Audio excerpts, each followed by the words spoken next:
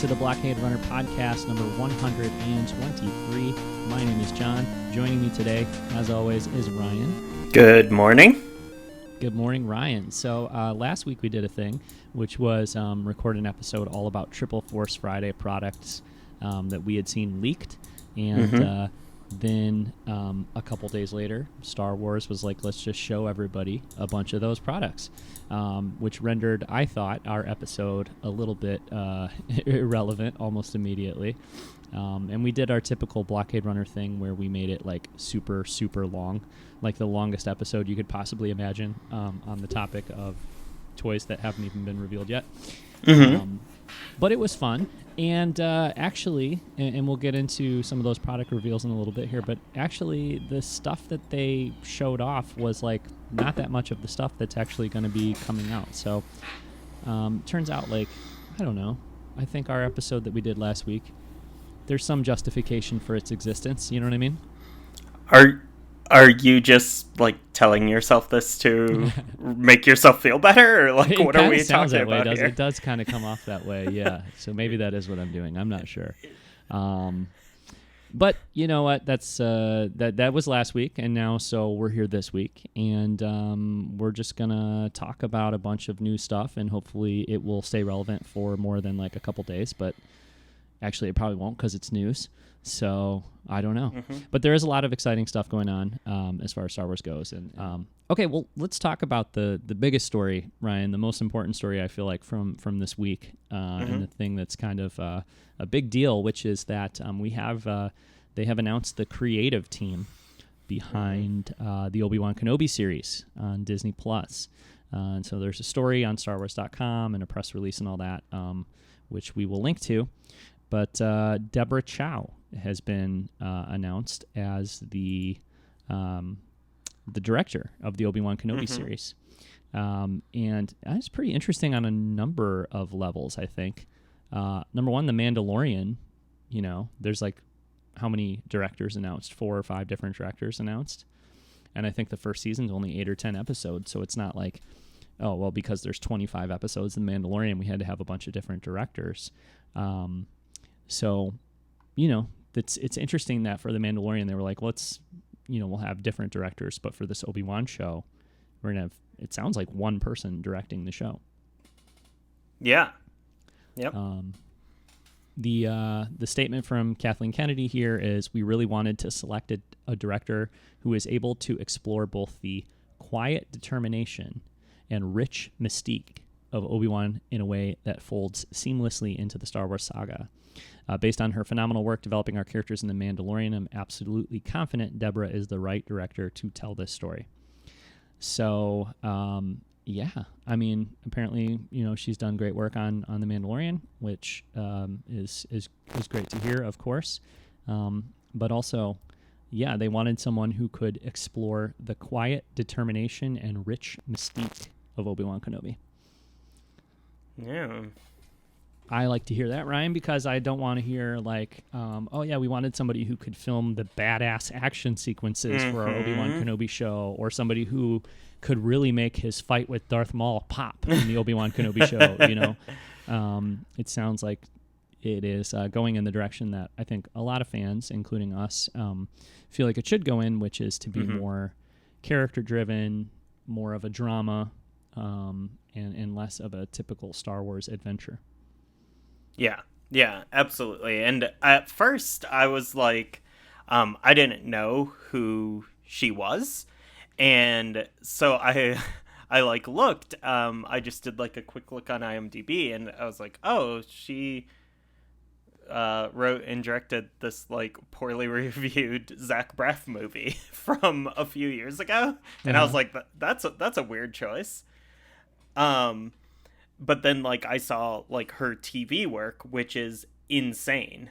The stuff that she's done, like, and then I don't, like, watch any of these shows.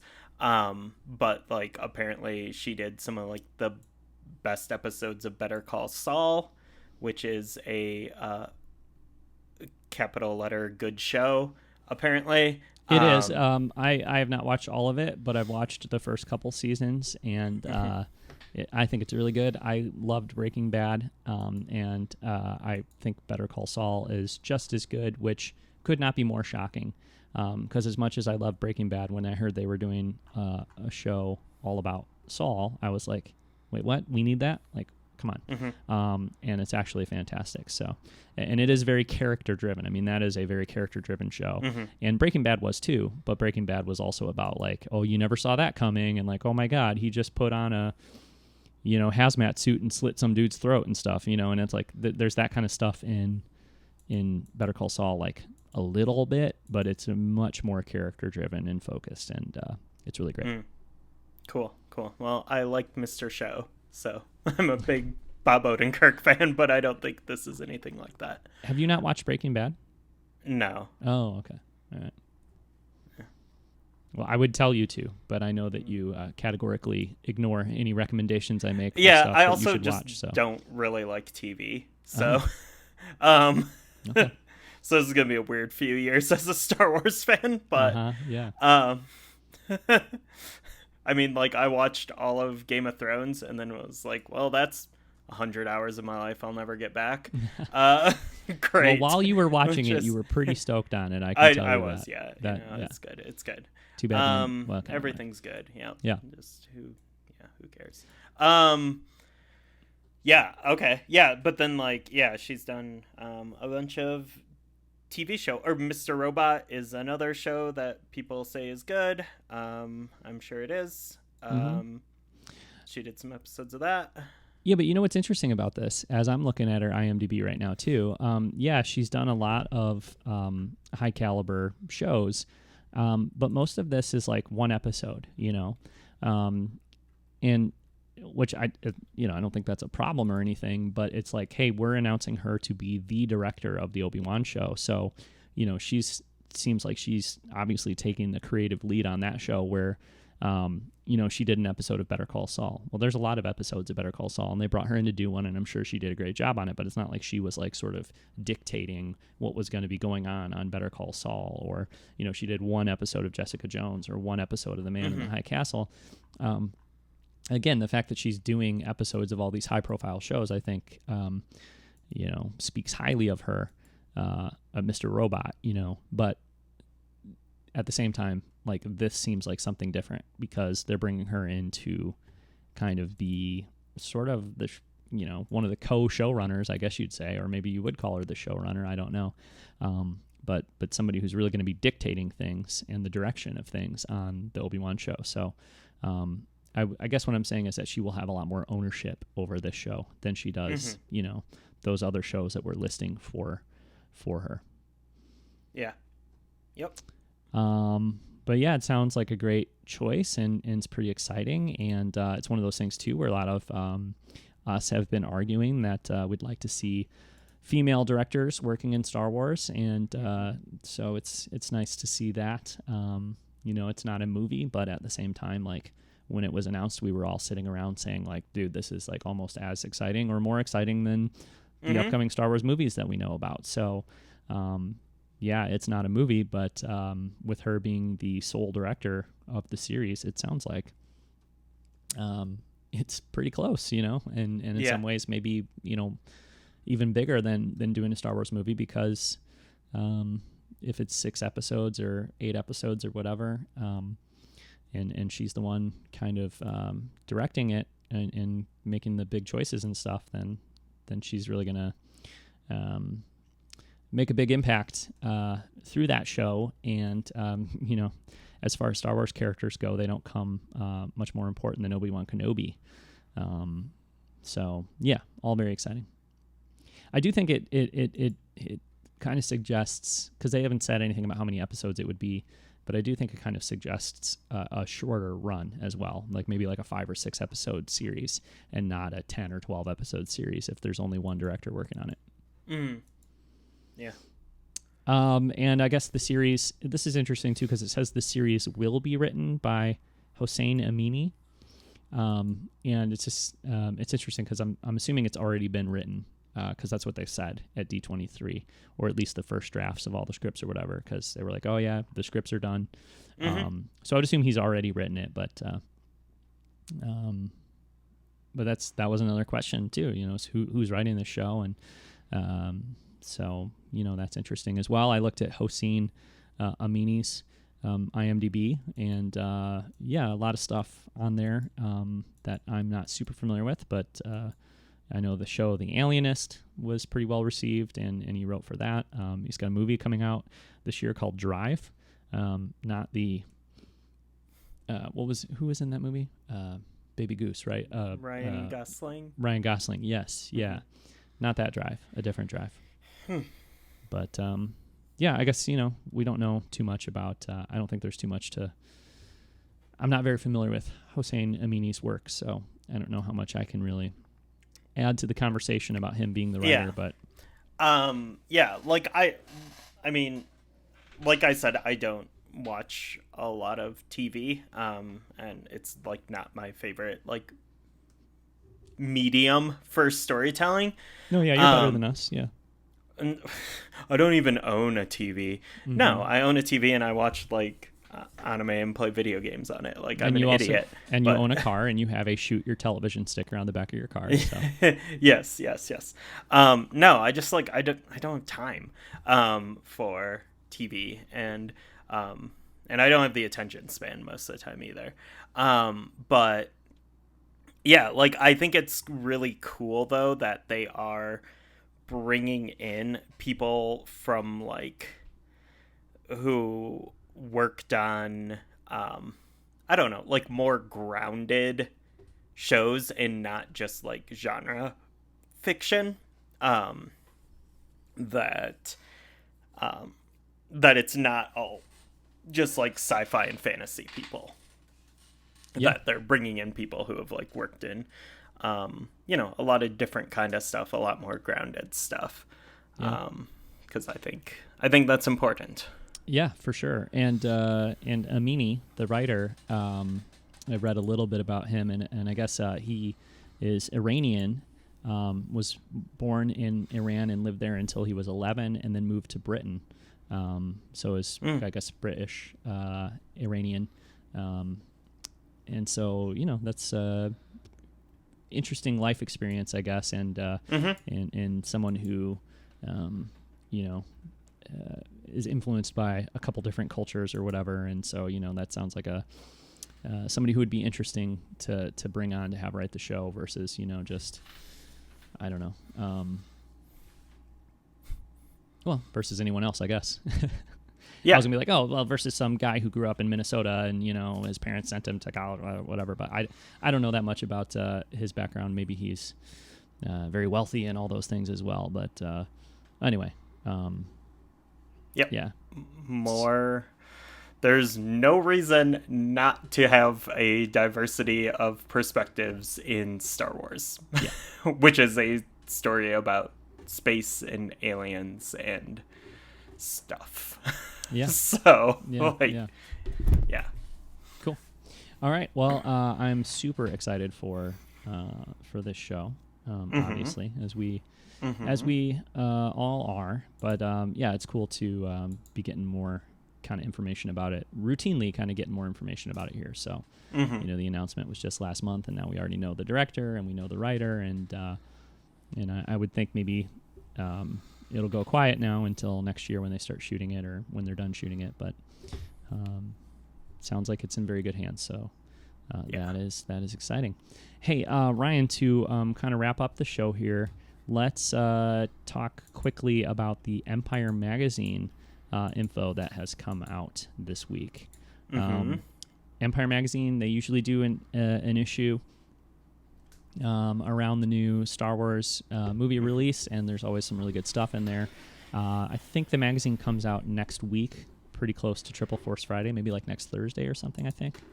But Empire is a British magazine, correct? Yes. So we probably we do get Empire at like Barnes and Noble here, but we probably won't get it for like a month, probably.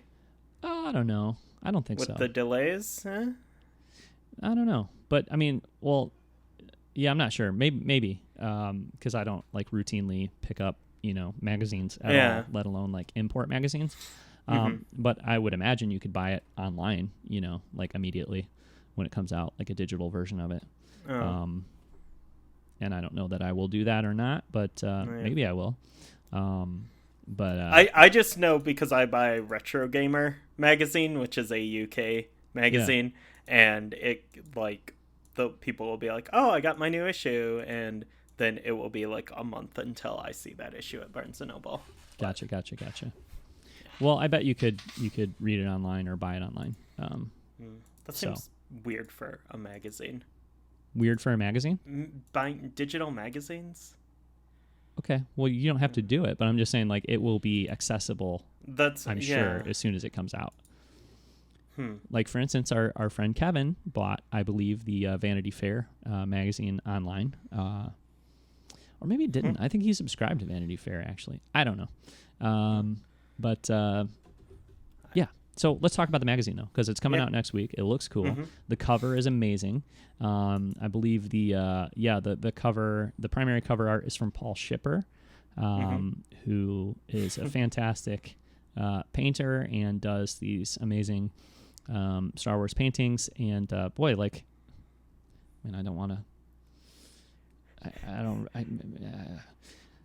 It's a magazine cover, and to me, it's so much better than the movie poster that they gave out at D23, and it's so much better than, like, say, the Force Awakens movie poster, which is this weird photoshopped thing, versus, like, here's an incredible painter who's, like, a Drew Struzan type painter, and like, at that quality level, and, like, if Empire Magazine can get him to do a painting like this for the cover of a magazine, you would think that Star Wars movie posters could be a little more impressive than, say, the awful Rogue One poster or the plagiarized Solo posters or whatever, So I don't know. But anyway, I think this cover of this magazine is amazing.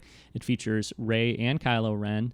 And we've got the dark side and the light side represented again as we usually do.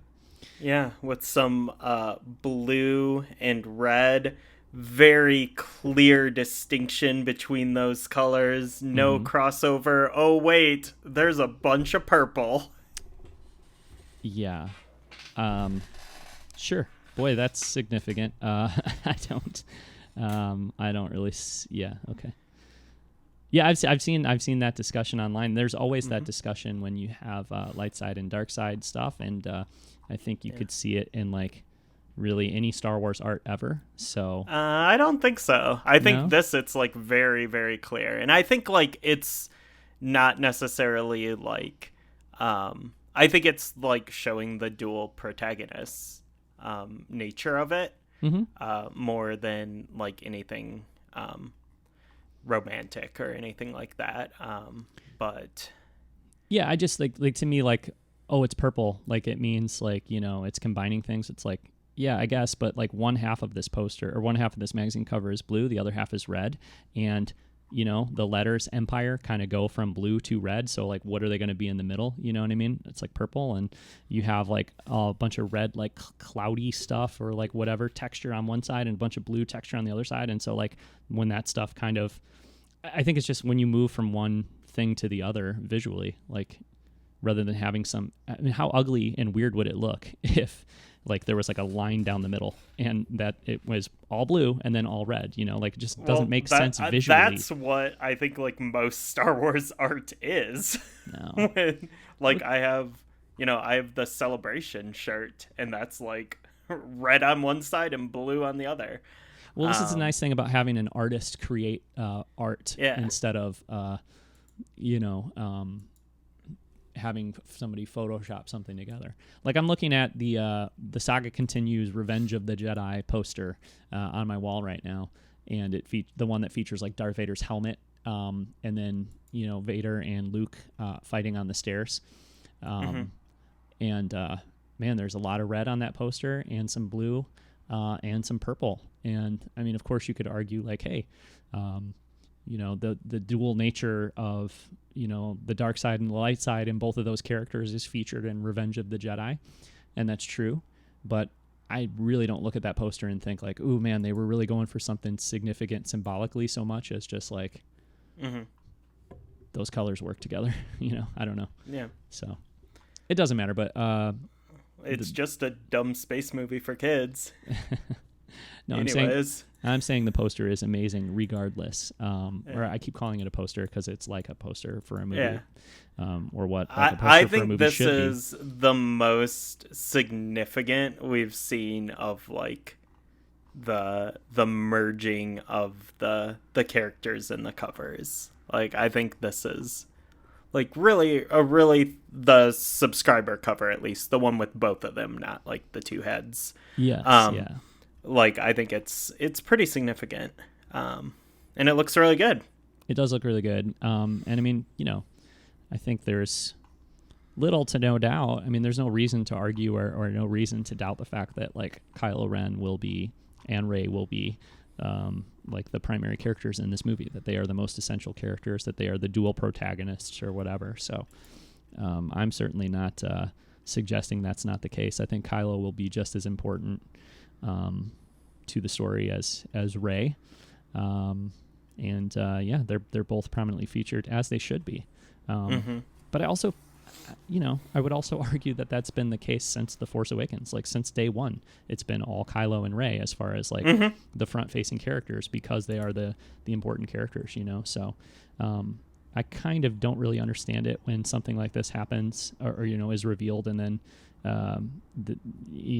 like some of us end up being like, oh my God, they put Kylo and Rey on the cover together. Like, it's so meaningful or whatever. And it's like, yes, because they're the two most meaningful characters in the movie, and they always have been, and they've always been putting Kylo and Rey on the covers of everything because they're the most important characters. So to me, that's not really a revelation as much as it is a good choice, because these characters matter, and the story is about them. So yeah, I think it just really kind of solidifies the the dual protagonist point, because I still hear like people saying like, oh, Rey is the star of the sequel trilogy, and I don't really totally agree with that. I do think like it is a dual protagonist approach, and I think they are both the stars, and it's telling both of their stories, and they're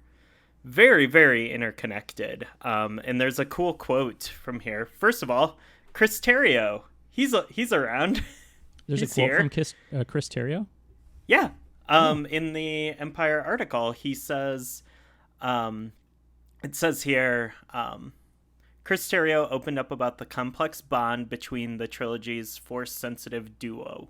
Some of the most interesting scenes in The Last Jedi are the conversations between Rey and Ren, he says, noting the different side of Ben Solo that Rey is able to tap into.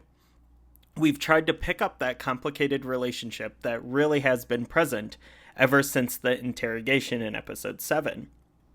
When Ren takes off his mask, there's a nakedness about him with Rey that he doesn't express to anyone else.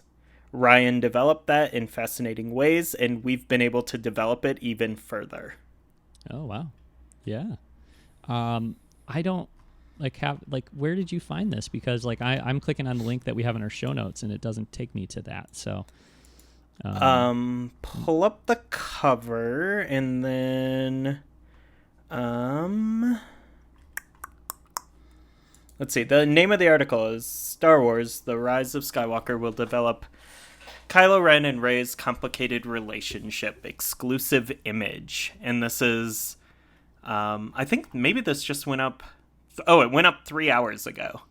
This is the one where Kevin texted us the photo this morning. Yes. Okay. Oh, I see it at the top, and the navigation at the top. I see. Okay. Yeah. Yeah, that's interesting. I mean, it's been so, the product reveals and just starting to reveal more about the movie has been so interesting in terms of the Rey and Kylo Ren dynamic, and I guess specifically the Kylo Ren dynamic, because you feel like obviously there's more than two sides to everything, but there's definitely the part of the Star Wars fan base that is really excited about Kylo Ren being redeemed, and Kylo Ren being I don't know, going on a journey that's not just him being the bad guy. You know what I mean? Mm-hmm. And then there's also the side of the fan base that's sort of anti-redemption and wants to see him as the villain, and that's all he is the villain. And you know, I guess like the way the product reveals and stuff have been happening is like it's pretty interesting because you'll see stuff that's like first off, everything refers to him as Supreme Leader Kylo Ren, you know, which I think kind of solidifies the fact that at least for a big chunk of the movie, he's bad guy Kylo Ren, no doubt. You know what I mean? And which I don't think really impacts anything because he should be bad guy Kylo Ren because he has been bad guy Kylo Ren, and you know he's going to be leading the First Order, and so I think that shouldn't be a surprise or really confounding or anything to anybody. But then other times you'll see stuff like this where you know he seems a little more emotionally vulnerable, and he seems a little more like the Kylo Ren that we saw in The Last Jedi.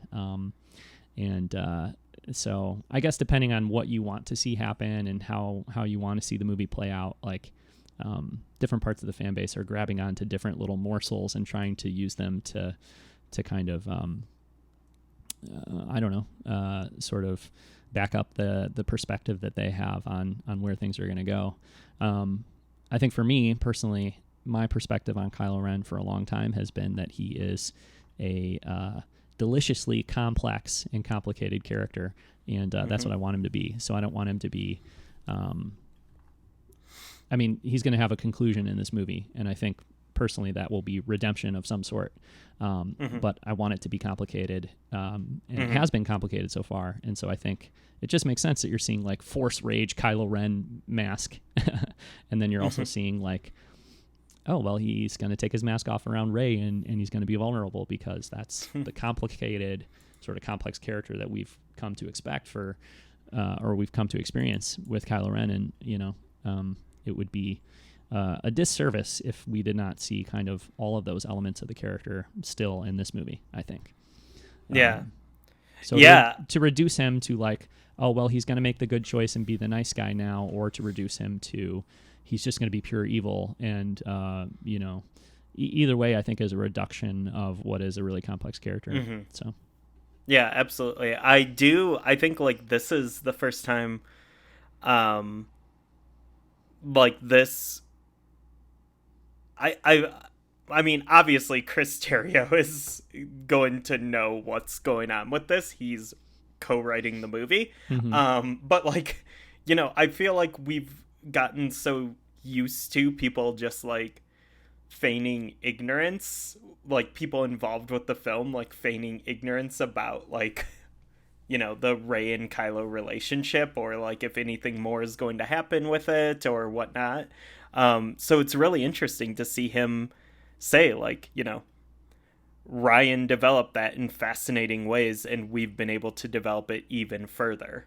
Like to be like, oh no, like this stuff is not going away. Like we are not like backing away from this, and like you were saying, like making him more of like a one-dimensional character. Or like bringing him back to like, you know, his like Force Awakens state of like, you know, mostly just being kind of like an angry dude. But like him saying like, oh no, we're going to take what Ryan did and we're taking that further, is really exciting to me. Because I'll be honest, like I was, you know, when it like we're getting all these product reveals and it's like the evil supreme leader Kylo Ren, like, and you're like, oh, okay, well, I guess that's where we're going now. Like it was a you know, metaphorical and literal door closing at the end of you know, Last Jedi. Like it's just, you know, gonna be this now. But I don't know, this excites me a lot. And I think there was something else this week that it was a quote from someone who was talking about The Rise of Skywalker and like Ben Solo's battle with the light and stuff. Oh, yeah, what was that from? I should have put those in the show notes, but yeah, at some event or something. It was on the day of Force Friday, I think, at one of the press events or something. Because didn't they have they had the costumes up somewhere? I'm forgetting what was going on with that specifically, but I think it was at one of the press events or whatever. They had these little cards that were summarizing the characters, like character descriptions. And maybe that's what it was from. Maybe. Or maybe it was another product too. But yeah, totally. We don't have it in front of us, unfortunately, but it did describe Kylo Ren as continuing to, have to battle the pull to the light side or whatever. Right? Yeah. Which, I mean, like, that... I think that is, like, one of the most, like, underrated, coolest spins that the sequel trilogy put into Star Wars is, like, that scene with, on the bridge with Ben and Han, and, him talking about, like, I feel the pull to the light, like, I feel the pull, like, you've got to help me, and... Like, that's such a cool spin, and I'm glad that, like, that's going to continue to be a major thread, and that it's going to, like, continue to manifest itself in different ways, in the way that, like, because the way Kylo's conflict manifested in Force Awakens is very different than the way his conflict manifested in The Last Jedi, and his relationship with Rey, and, like, seeing how that all kind of comes to a head in The Rise of Skywalker is just really, really exciting. Yeah, for sure. I think that is one of the most interesting lines in the sequel trilogy, the whole "it's tearing me apart," feeling pulled in two different directions and all that. But that scene's also really interesting to, like, watch and sort of wonder, like, how honest is he being there, or how manipulative is he being? Because, like, I think it's difficult for him to kill his father, but at the same time, like, I think he knew from the word go that that's what he was going to do. Yeah. But he, was sort of not telling Han that, you know what I mean? So when he's like, "Oh, Dad, I'm being pulled apart," like, is he just telling him what he thinks he can tell him to bring him in, make him, vulnerable, and then kill him? Or is he, I'm sure there's an element of truth to it, obviously, but, like, how much is he lying to his father, and how much is he being like, you know what, it's the last time I'm ever going to see you because I'm getting ready to murder you, so, like, let me just be as honest with you as I can be. I don't know. I think there's an argument to be made either way. There's also this great quote from J.J. Abrams that I wanted to share, that is, I think, from the Empire magazine, and Florian on Twitter, handle is German Jedi, who I follow, kind of pointed this out, and I think it's a great quote. It says, this is from JJ, "I never found myself trying to repair anything. If I had done 8, I would have done things differently, just as Ryan would have done things differently if he had done 7. But having worked on television series, I was accustomed to creating stories and characters that then were run by other people. If you're willing to walk away from the thing you created and you believe it's in trustworthy hands, you have to accept that some of the decisions being made are not going to be the same that you would make. And if you come back into it, you have to honor what's been done." And so just speaking about, like, kind of what Ryan did and what JJ did in 7, what Ryan did in 8, and now what JJ will do with Chris Terrio in 9, JJ very much is saying, like, look, we're two different people. We made two different movies, and we, are two different writers or whatever. But if I'm not going to do 8, I can't complain about what somebody else does in 8. And if I'm going to do 9, I can't look at it like, oh, I didn't like 8, so I'm going to change it. And he doesn't suggest anywhere within there that he was in any way, like, disappointed with or dissatisfied with 8. But he does make it clear that, like, that's not exactly the movie I would have made if I was going to make it. But that doesn't mean that I just pretend he didn't make his movie and I just, like, respond to the 8 I would have made, which there's still always that talk of, like, oh, JJ's going to come in and really, fix Star Wars. Yeah. After Ryan broke it. Yeah, he's gonna, Ryan retconned everything JJ did, so now JJ will retcon everything Ryan did just to really show him who's boss, and it's, like, so obnoxious and ridiculous. Yeah. And actually, Ryan, this is, as Florian points out here, he says this Abrams quote from Empire is very relevant, especially in the light of Bob Iger's recent book, which I didn't even put that in the show notes, which, was a huge story this week as well. Which essentially is Bob Iger saying, George was pretty unhappy with us. with us not using his scripts for The Force Awakens.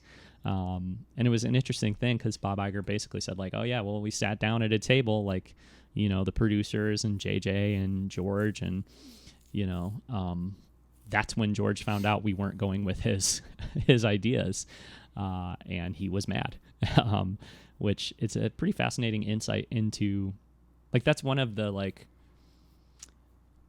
most sort of juicy and kind of raw stories that we've heard about the making of The Force Awakens, because so much of that stuff is kind of, they canceled the making of book, and you know, they've only kind of put out fluffy versions of the story of how that movie was made. So I'm sure there's a lot of stories like that in the process of making The Force Awakens. Yeah, but it's really interesting to hear, and it's cool that, you know, I guess within his book or whatever, he was kind of willing to kind of put, you know, something like that out there.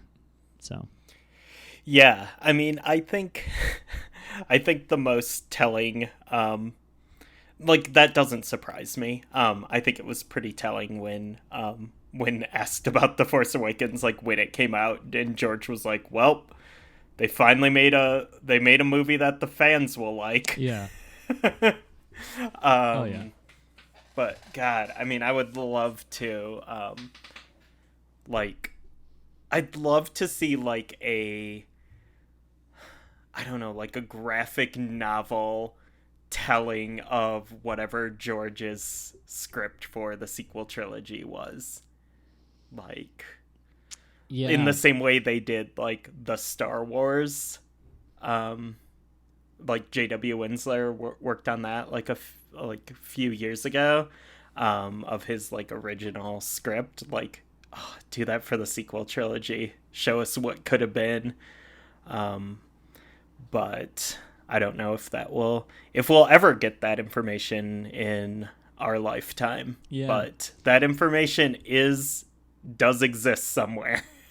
Yeah, for sure. And I wonder how detailed it is, because I bet it's not, like, super detailed, like his treatment or whatever. But it would be really interesting to see. And yeah, I don't know. I mean, I'd love to just read the treatment, you know what I mean? But I think we're decades away from them being comfortable enough to... Yeah. It has to be historic material before they would release it, you know what I mean? And we're a long way from it being historic material at this point, so...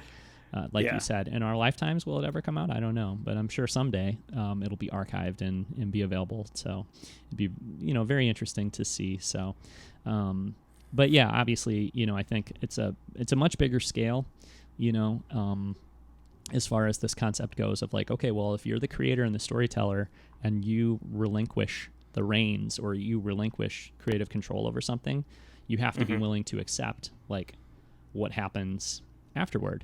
And, you know, can you imagine being J.J. Abrams and being the guy who kind of was tasked to reboot or kind of restart the Star Wars engine, and to have that monumental task on your shoulders, and then to do it, and then have the guy who created it, and have the guy who no doubt is a personal hero of yours. I mean, he's a personal hero of everybody's, you know, who loves Star Wars and loves movies and whatever. And so to have that person be disappointed in what you did. Can you imagine being in the room? Can you imagine being J.J. Abrams? Oh, God. Being J.J. Abrams, and I don't know if Michael Arndt was involved at that point, or Lawrence Kasdan or what, but, like, being in the room and watching George Lucas get super pissed off at you because you're not using his stuff, like, that would be, I don't know. I mean, I don't know. That's wild. It would have to be I don't ever want George Lucas disappointed in me. Right. It would have to be such a painful thing. Yeah. And then to have the movie come out and know that, you know, George isn't happy with it, that would have to be a pretty painful thing. But I bet George was, you know, the part of it that we're probably not seeing here is I bet George was relatively gracious, you know, in the long term, just in terms of, you know, I think we've certainly seen George and JJ together since then, and, you know, I don't think it's like they're at each other's throats, or George, you know, just wants to murder JJ Abrams or something. But yeah, I don't know, man. I mean, it's an incredible pressure, I think, to be George Lucas in the past, and to be JJ or Rian Johnson or any of these people, Kathleen Kennedy. It's got to be this incredible pressure, and But yeah, just I guess if you're somebody like that who makes movies or you make arts or whatever, you know that, you know, not everybody's going to love what you do, but to disappoint George Lucas, I just feel like that would be, it's got to be a wild feeling. Yeah. And yeah. really difficult. And I mean, God, like how did Kathy Kennedy feel? Like, this is someone, like, you know, she had been working with forever. Like, you know, he was, like, entrusting the company to her. And, you know. Yeah. Yeah, I think they're pretty close, though, still. Yeah. But yeah, I mean, yeah, I guess you're kind of disappointing him there as well. But then, you know, the Bob Iger's the one telling the story, and he's kind of instrumental to this story as well. And, you know, it's like, it's also like Disney. I'm sure Disney was not going to make, if it really was like microscopic, you know, Honey, I Shrunk the Kids in midichlorians like Star Wars or whatever. I'm sure there was no intention on their part of making that movie. So, you know, you could say like, oh, JJ, come on, just do George's thing because he wanted you to or whatever. Or George could look at him and be like, how are you not going to do my movie, JJ? But, I mean, I think the reality of it is like, really? Like they just bought this for $4 billion and they're going to make like whatever George wants them to. You know what I mean? It didn't make any sense. Which was not like, I mean, that wasn't part of the contract. Yeah. And Bob Iger talks about in that excerpt about the fact that, you know, that was a sticking point in doing the deal, but that he tried to be as clear as he could to George all the way along. Like, we're not going to sign a deal where you get to control what we do with this thing we buy from you. Like, that's not going to be how that works. And, yeah. And I think, you know, obviously George must have realized, that doesn't really make any sense from their perspective, but it is something he wanted. I think he wanted like veto rights, or at least, you know. Yeah. But yeah, so it's just like with JJ's quote here about Ryan, I'm sure, and this is, you know, obviously the point that Florian is making here, but I'm sure that is, you know, that's in the back of his mind when he's like, hey, I can't just come in and tell Ryan, I didn't like your movie and I'm going to do it how I want to. You know, I'm sure he's thinking like, George, you gave up control of Star Wars and you tried to tell me to do it your way, but you don't really get to do that once you've given up control, you know? So, yeah. Let's talk real quick about this image of Kylo Ren from the Empire magazine, and then probably we need to wrap up the show here. It's pretty cool. There's this shot of Kylo Ren on a Star Destroyer hangar, it looks like. And his cape is blowing in the wind, and he's like, looks like he's being pushed back, sort of, but like in the background there's all these stormtroopers being like, they're like flying backwards, like they're all tumbling all over the place, and he's kind of like holding his ground, but he's, you know, obviously being pushed back as well. He's holding his red, his pieced together helmet there, but there seems to be this like blue light in front of him and them, and it's one of those things where it's like, okay, well, it's in a Star Destroyer hangar and there's blue lights like in the background everywhere anyway, and so you know, is it like the I don't know what you call that, where the ships come in and out, where there's like a force field or whatever, so that, you know, is it just like the light from that and the lights in front of him, or is there some sort of like, I mean, what is pushing them back like that? It could be an explosion, it could be like, you know, a lot of things, or it could be something mystical, you know what I mean? It's wild because there's like 20 troopers just getting thrown about, and like Kylo is just like hoofing it through it all. Yeah, I don't know. Is he running, or is he just kind of like sort of standing in that position and being pushed backwards? I mean, it could be either. Or is he like just like that slow walk, like when, you know, you're getting pushed back from something. But it's like that. It's like that. That scene in The Force Awakens when he gets hit by the blaster, the bowcaster, and like we've seen stormtroopers go flying like from that bowcaster all through The Force Awakens, and then he gets hit with it and just takes it. You know. Oh, totally. That's like such great like subtle storytelling. Yeah. But here, I mean, it's like these stormtroopers can't.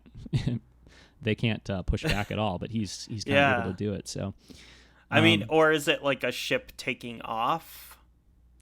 Yeah, I mean, it could be out that. Of there as it well? Could be that. It could be something like that. But I don't know. It'd have to be one hell of a ship for all those stormtroopers to be pushed back like that, you know? Yeah. It could be. But to me, like, seeing all those stormtroopers, like, just ragdolled across the Star Destroyer hangar, it makes me think, like, it's something, like, powerful, like, in a... Like, I guess those stormtroopers, to me, it seems like they're being used to sell the power of whatever this is. And you wouldn't necessarily need to do that if it was like, oh, it's a ship leaving, you know? It's like, okay, maybe you have a couple stormtroopers get pushed back just to show, like, wow, when that ship takes off, it's really powerful or whatever. But this seems like something that they're making a point with this, you know what I mean? Yeah. And I don't know what the argument would really be to, like, make such a big point out of just, like, a ship taking off. Yeah. You know what I think of, Ryan, when I see this is, and this is a big stretch and very unlikely to be involved in this, I guess, but I think of the Emperor falling down that shaft in Return of the Jedi, and, like, the blue, like, wind and light explosion or whatever, you know? Because, like, you know, you see everybody's... Well, I don't know if you see everybody's hair, but, like, doesn't Luke's hair, like you see, like, that wind, like, that powerful wind, like, shoot up from there. And that would push some stormtroopers back for sure. Yeah. I don't know. But anyway, it's also, a really cool... like, why?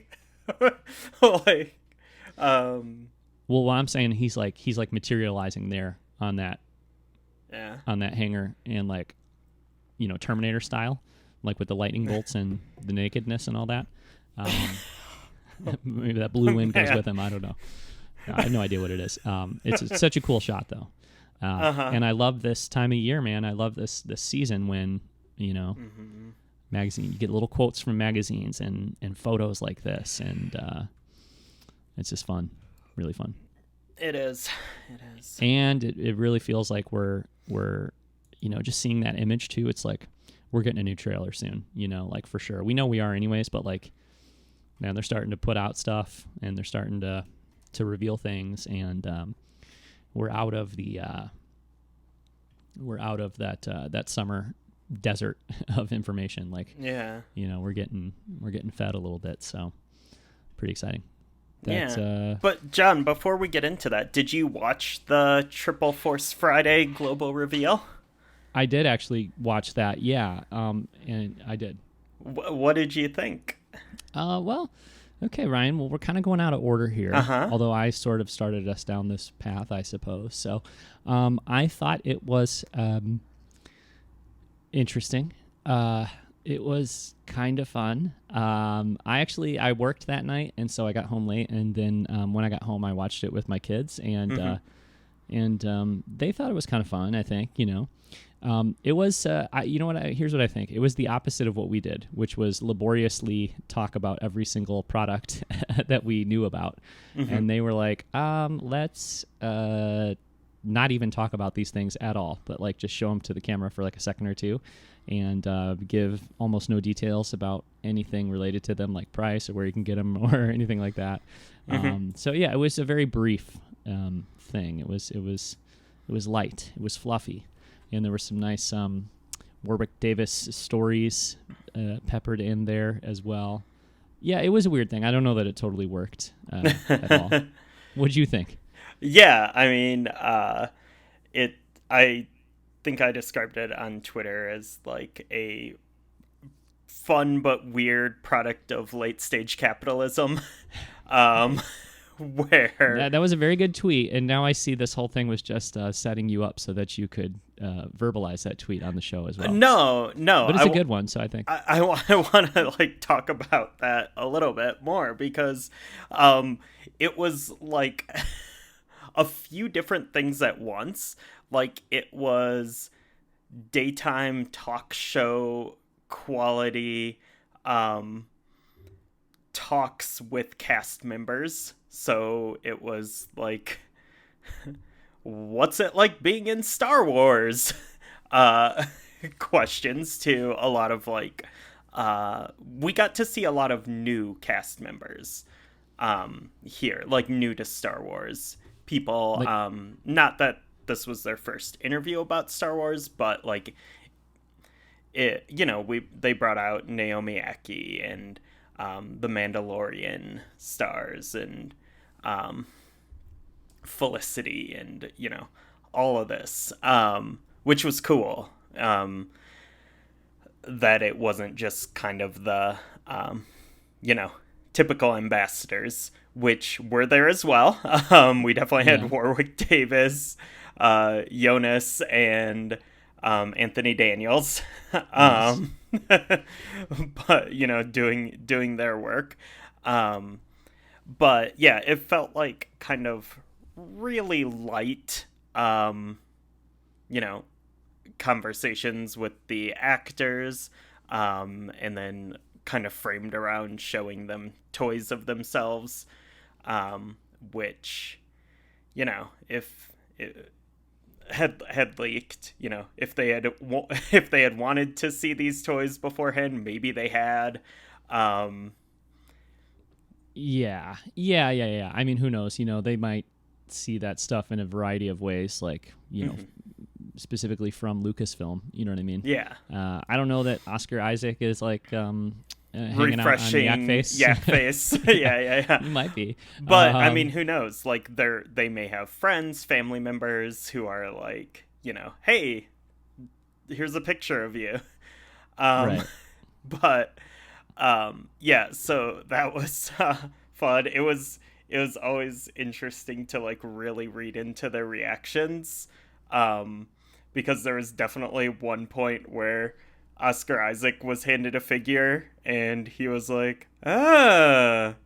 Yeah, and that was weird too, because that was actually, that was something that was pretty weird about the whole thing, is like they never really talked about what the toys were very much. I mean, I guess they said the phrase Black Series a handful of times, but it was like not until the end of that segment that you realized that Oscar Isaac was like the little statuette, like these ones from the Disney store, these little, just, I don't know, what are they, like 3-inch tall statuettes? Yeah.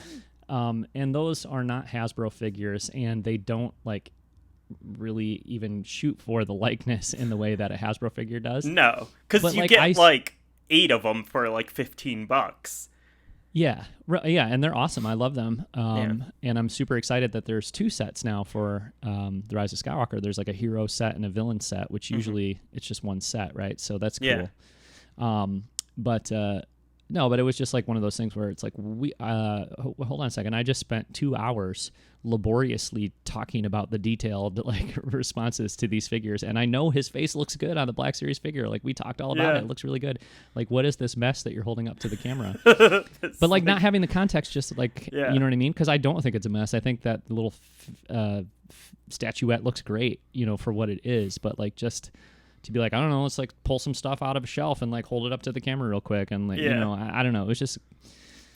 But it is interesting, like in respect to the conversation we were having last week about like, well, why do they do these launches the way they do, and like who are they targeting these reveals to and stuff like that. And I don't know how much sense it makes necessarily, but like you kind of said it there, Ryan, that it seemed to be pretty targeted towards general audiences, and it's just like these fluffy little Good Morning America style interviews and stuff. I mean, in some sense, like Warwick Davis trotting out that little letter he wrote to George Lucas, which is a cute story and I love it, and I'm not tired of seeing it, but I've seen it many times, you know, like at Celebration and stuff, whatever. Like, I mean, maybe that's a little more for the hardcore fan, but you know, for the most part, it seems very general audiences, and that's fine. But it's just like a weird thing, because, you know, we were talking about like, well, hey, everybody who's like super into this knows about these figures already. So like, what are they doing with this reveal?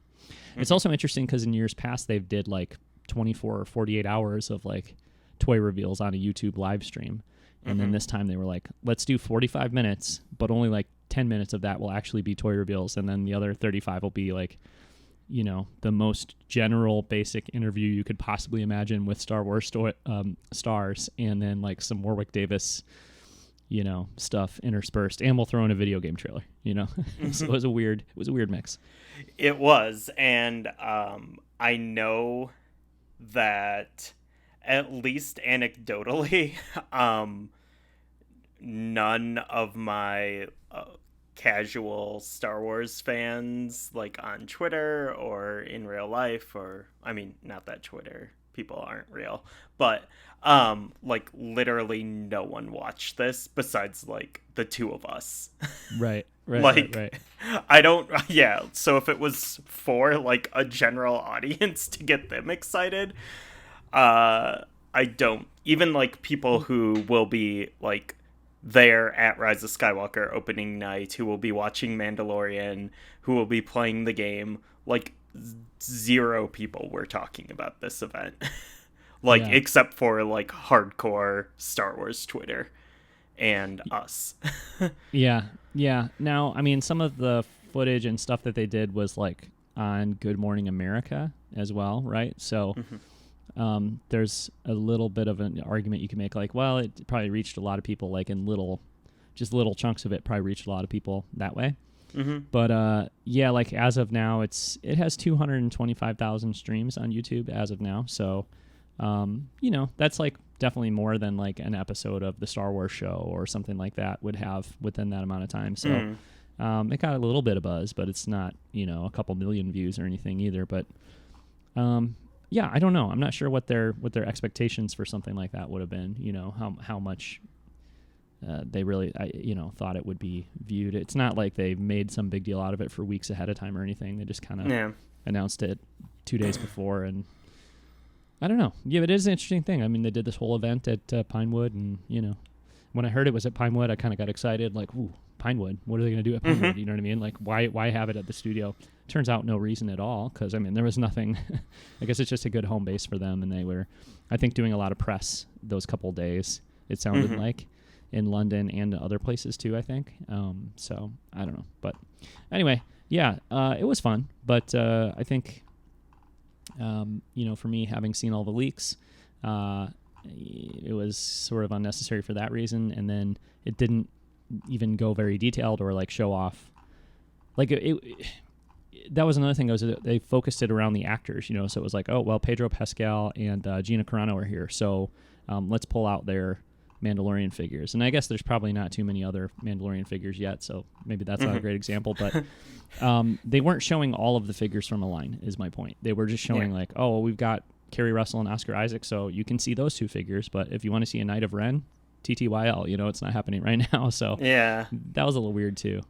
So I think I could have gone for something that was a little more focused on the toys themselves instead of just a big hoopla or whatever. But yeah, like the only push I have on that is if they would have had Werner Herzog in there and given him a toy of himself and just like left the camera on him for like an hour and just like let him go. The existential sort of analysis that would have come out of that scenario. Yeah, that would have been good. I will say a couple highlights of it where I loved anytime an actor would be like thoughtful about the toys, and we're like, wow, like toys are really nice right now. Yeah. And like the people who sculpt these and paint them are artists. Like, and that was cool. Was it Anthony Daniels who said that? Or I think it might have been Billy D. That's who it was. It was Billy D. He was awesome. He was just like, he got all serious, and he was like, and it almost seemed like, sorry to cut you off there, but it almost seemed like the way it was edited and put together, it seemed like the kind of thing that they would have cut because everything was like so snappy and moving quickly and stuff. But like, it almost kind of like messed up the rhythm of the piece, you know? Not to quote John Williams, who talks about the rhythms of the piece a lot, but they kept it in there anyways because it was so awesome. Yeah. And he called them unsung heroes. Yeah.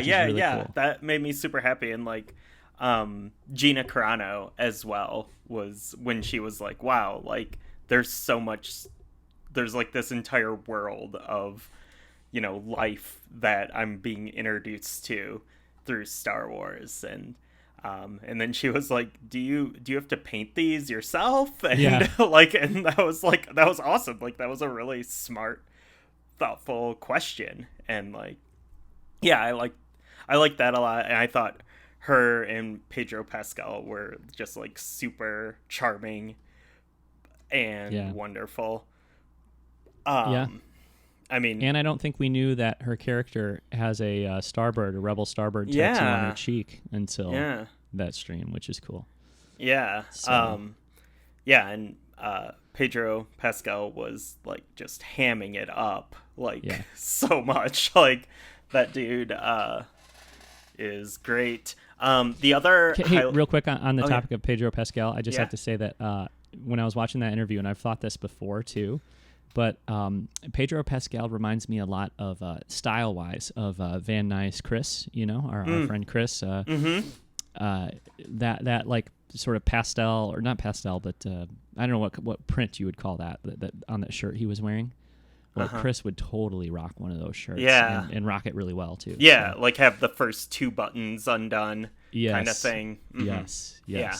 So agreed. Both cool dudes. Yeah. Agreed. Yeah.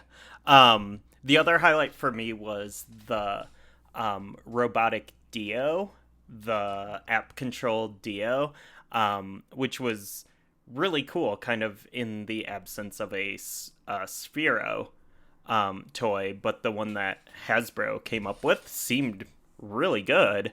And I really liked the video of them bringing the middle school kids into Hasbro to see how it was made and stuff. I thought that was like really cool and made me happy. That was really cool, and apparently that's like a new series they're starting up on the Star Wars Kids channel, which is good. They tried to do that Science of Star Wars series a few years ago on the main channel with Anthony Carboni hosting, and they did. I mean, they didn't try to do it; they did it. Maybe 6 episodes or 8 episodes or something, and that was pretty cool. But the Star Wars Kids channel continues to be awesome, and I'm always kind of arguing that people should go check that out, whether they are kids or have kids or not, because there's a lot of cool stuff on there. So that was great. That Dio is awesome. It's $150, which is probably pretty reasonable for what it is, as far as being like a cool gadget. Not too out of line with the Sphero pricing, but it's definitely like bigger than the Sphero stuff was, right? Yeah. So yeah. I think that's cool. But I don't have a huge attachment to Dio yet, which hopefully I will after I watch the movie. But there is part of me that's like, if this was like a BB-8, even though there's been like 5 BB-8s that kind of do the same thing, but if it was a BB-8 and it was like a good value and stuff, like, man, I'd be more excited than for a Dio. But hopefully that'll change when the movie comes out. I'm more excited for a Dio. Like, that's new. Like, that's cool. I have multiple BB-8s, including the Sphero, so I get that. I get that, but there was something about BB-8 when I saw him, I was immediately like, I'm in love with this little droid. Like, I love him. Yeah. And Dio, I'm like, oh, that's a cool design, or that's novel. But I'm not, the way like you just saw BB-8 do his little head tilt in the trailer for The Force Awakens, and you were like, oh my God, this droid is everything. Like, I love him so much, I don't feel that way about Dio yet. Or maybe I won't ever, but I'm just saying, like, actually seeing him in a movie, I think I would be more excited to have a toy of him when I know a little something about him or I've seen him on screen. So cool.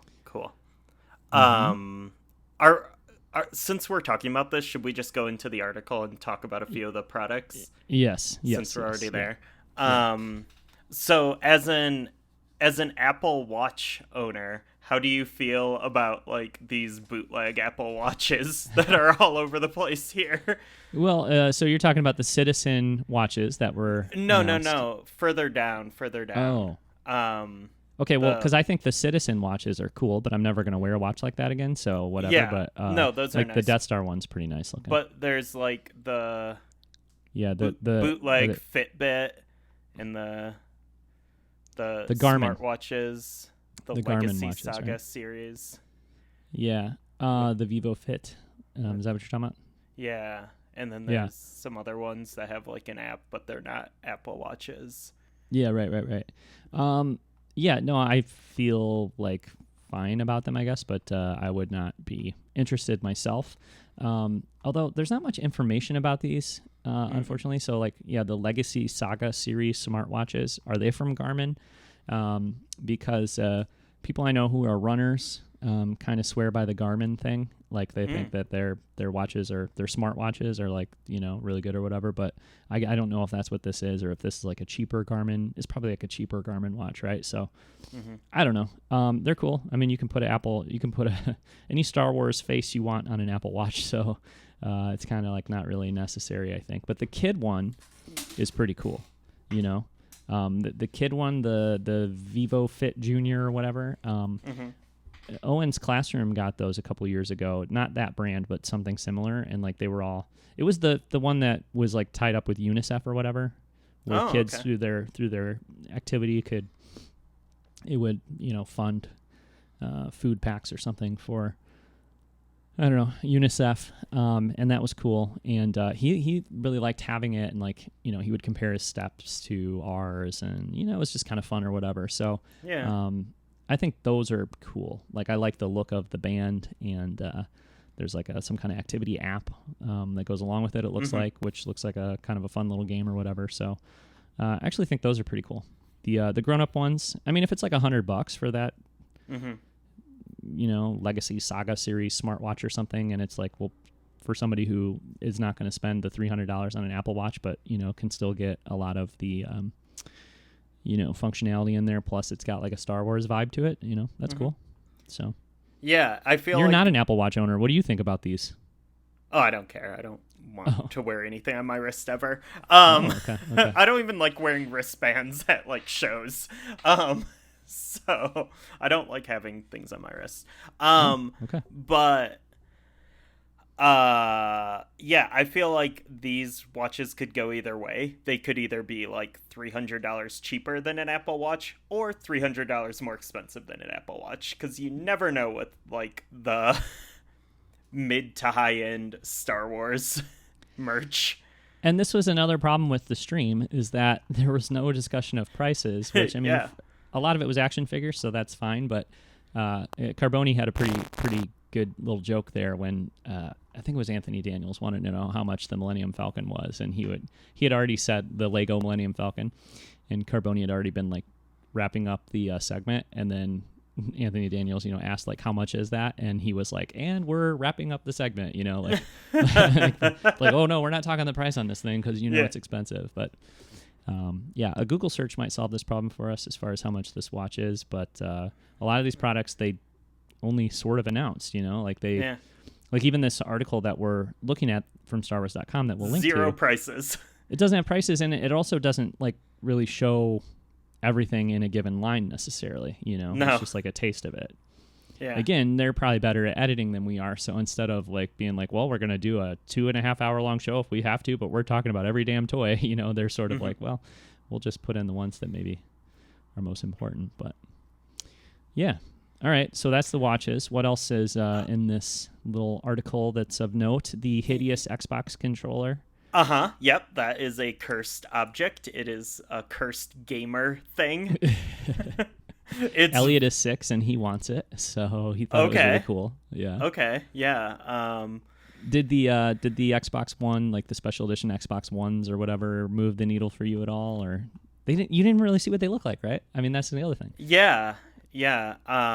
No, I don't really care about special edition consoles. Yeah, I agreed. love handhelds, and I own like a million Nintendo handhelds, and I love those, but like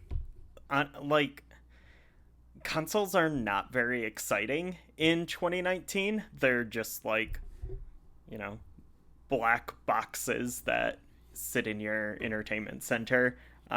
So no, I don't. Yeah.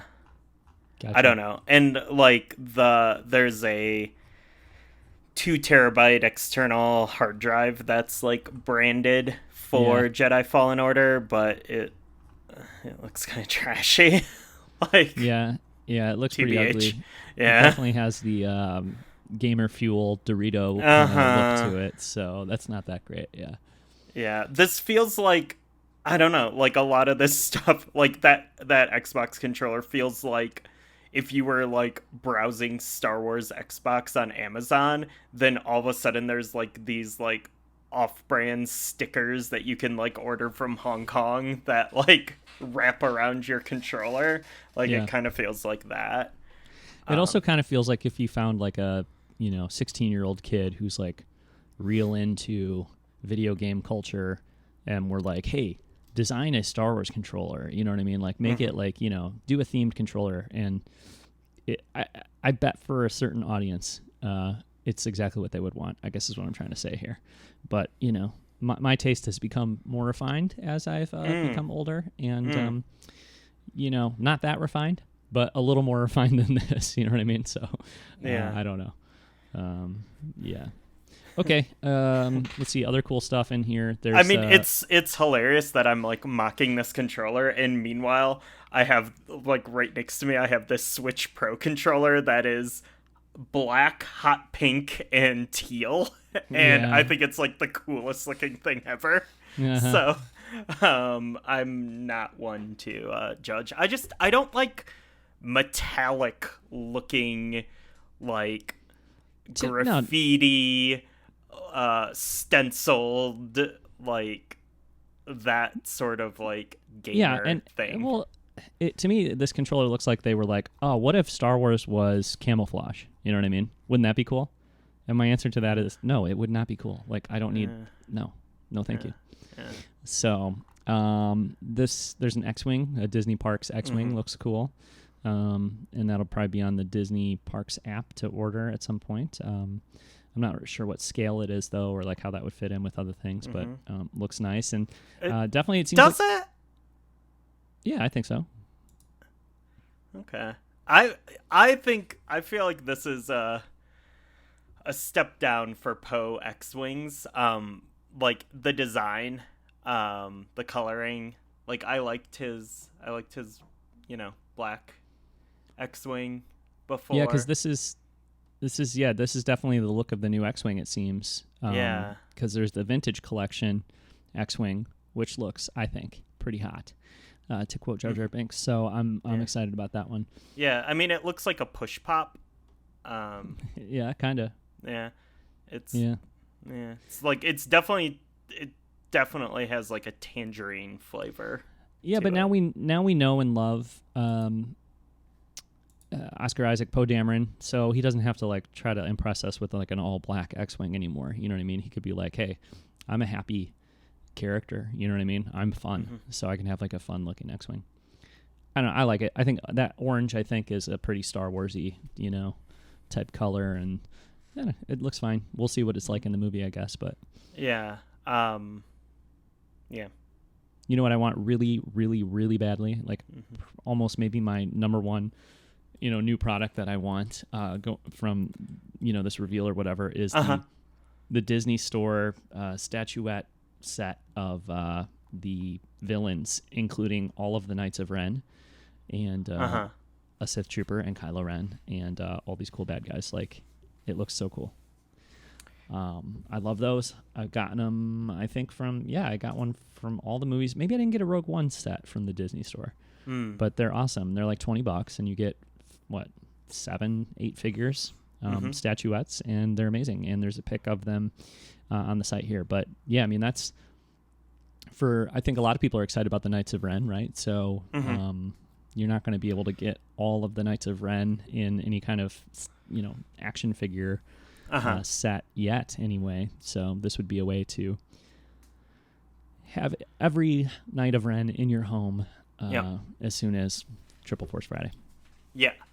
I will definitely be buying this set. I'm pretty hit or miss on these sets.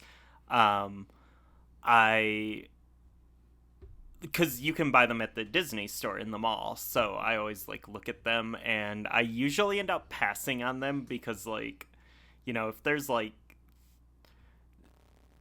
think as we've kind of seen with the Oscar Isaac mishap,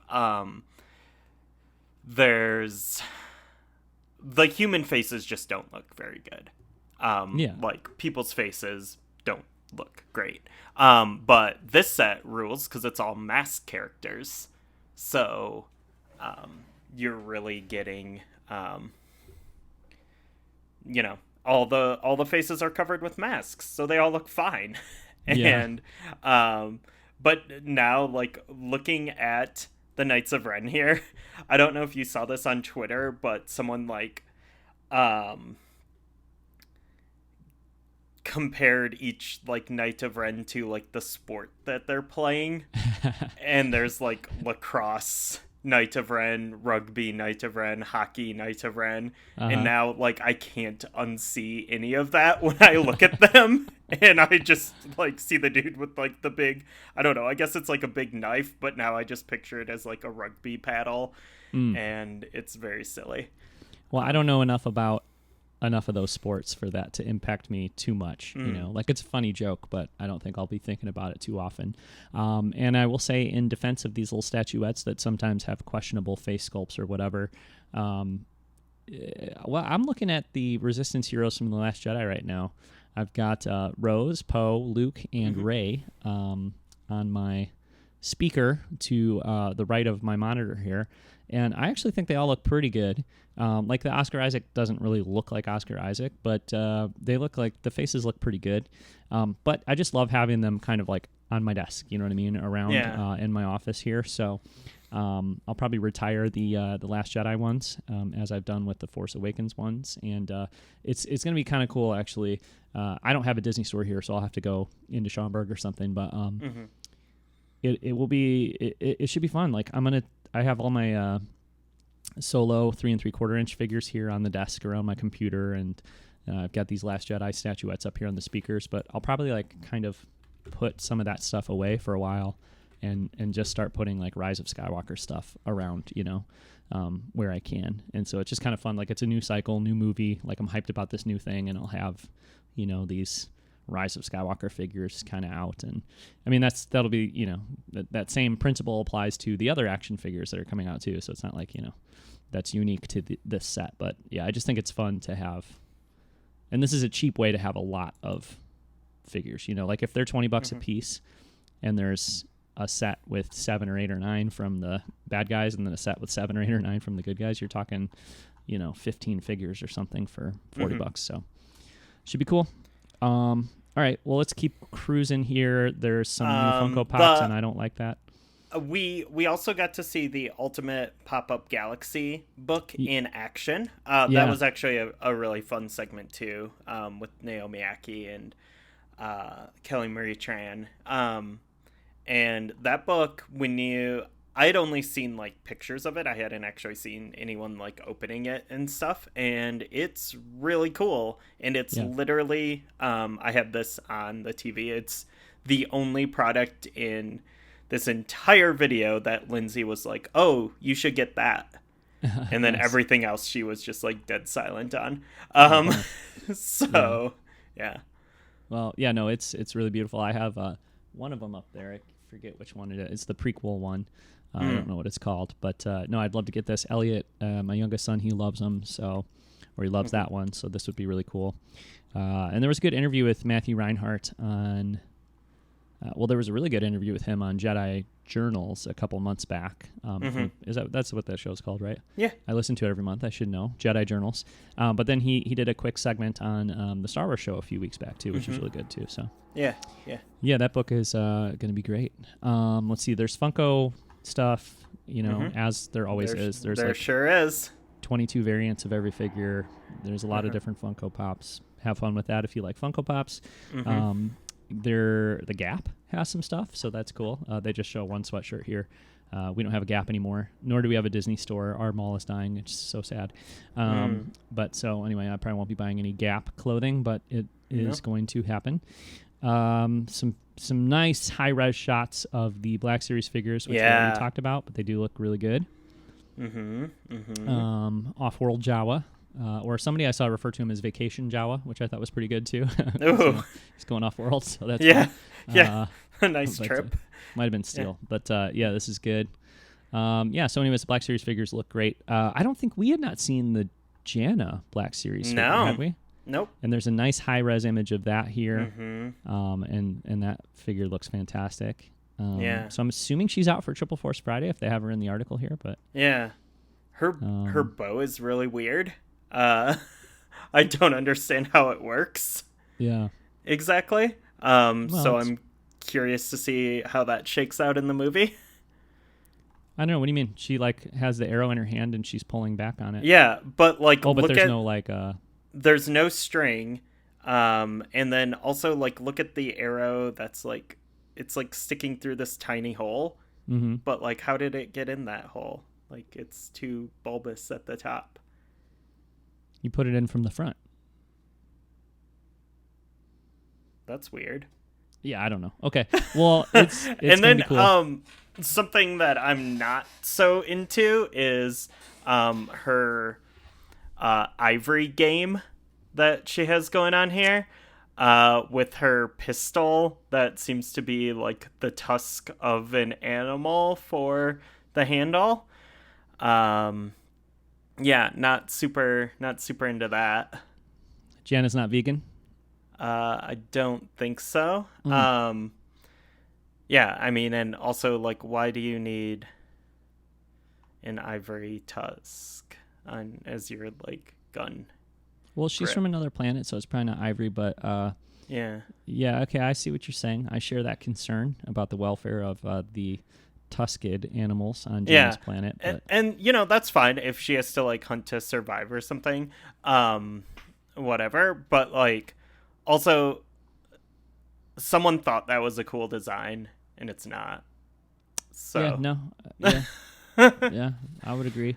I mean, I don't know what the politics or the culture or history is around, like, you know, I don't know, indigenous people in various parts of the world, you know, using tusks and stuff. Like, there's probably a difference between that and the guy from Jimmy John's, you know, going trophy hunting or whatever. So maybe, you know, whoever was doing the character design and stuff was kind of researching various cultures, and, you know, maybe it sort of stems from that more and is more, that's fair, I don't know, paying homage to that sort of thing more than it is just like, hey, it's cool to detusk animals and, you know, whatever. But it just cool it feels a little on the nose for a design. Yeah, no, I could see. Yeah, I see what you mean. I mean, and maybe it will have like a functional point, like maybe she'll like pistol whip someone, a stormtrooper, with it and like stab them, and that's like kind of interesting, I guess. But I don't know. Yeah. I wonder what the thinking behind that is. I guess we will find out when we get a visual dictionary / art of book. Yeah totally.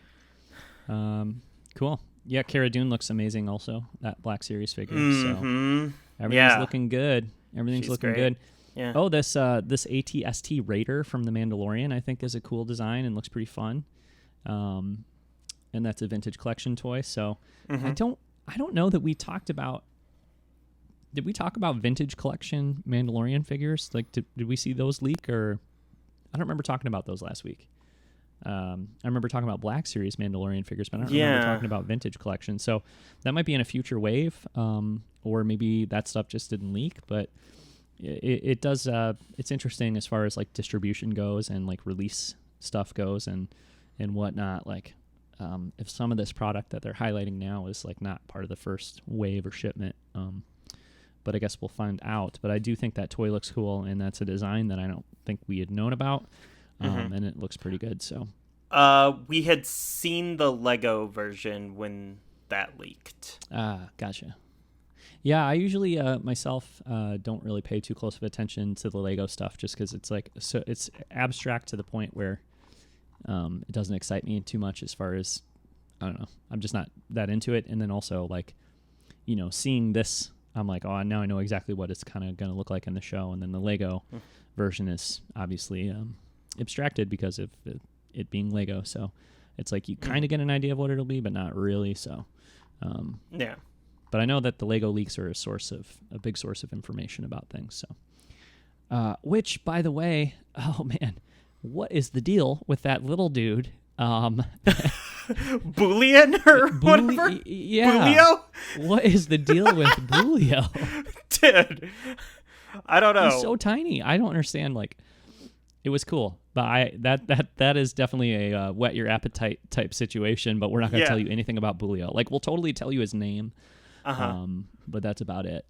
And also, there's the Resistance guy with like the tusks, right, or whatever. Like I don't know, it's an alien with. That's Bulio. Okay, I'm talking about. Remember, there's like that little tiny dude. Oh, yeah. Yeah, Bulio is cool, but also there was that little tiny guy that came with. Who did he come? I forget who he came with, but yeah, he was so. Like, yeah. And he barely had a face, and it was just like this tiny little thing, and I don't know what to think about that. Yeah. Okay. Yeah, you're right. Did he come with 3PO? Yeah, I think so. That might be right. Okay, he came with 3PO with the bowcaster. Which I told my kids when we were watching that video, like, I know that we knew he was going to have, from other leaks and stuff, we knew he was going to have the bowcaster in the bandolier. But, like, just seeing it, I'm like, this makes me feel really weird. Like, why does Chewbacca not have his bandolier and bowcaster, you know? And I think it's only about a 10% chance that the reason is Chewbacca's dead. But it just makes me nervous. Like, dude. You know, like, I can tell you why Rey has Han Solo's blaster, and it's because Han Solo's dead. You know what I mean? And I can tell you why she has Luke Skywalker's lightsaber, and it's because he doesn't need it anymore. You know what I mean? So when I see C-3PO with Chewbacca's gear, I'm just like, you know, to quote Rey, don't go this way, you know? So, yeah. Anyway. Yeah. Yep. Okay. The Galaxy of Adventures toys. Okay. Are we done with Lego? Are we talking Lego, or are we not to Lego? No, we're not to Lego. I don't know anything about the Lego stuff. No, we're not to Lego, but... Okay. You know, I'm just trying to keep us moving, Ryan. I don't want to do another 2 hours on toys this week, so, you know. Well, someone's got to. Well, then we're probably the ones that are going to do it. The Galaxy of Adventures figures, in these, like, high-res close-up images, they look a little better to me than they did before. I don't think they... Okay, just relax. I don't think they look amazing. I still don't like the Chewbacca very much. But I think they look better than I thought. I actually think the fin looks really good. I really like the fin. I do.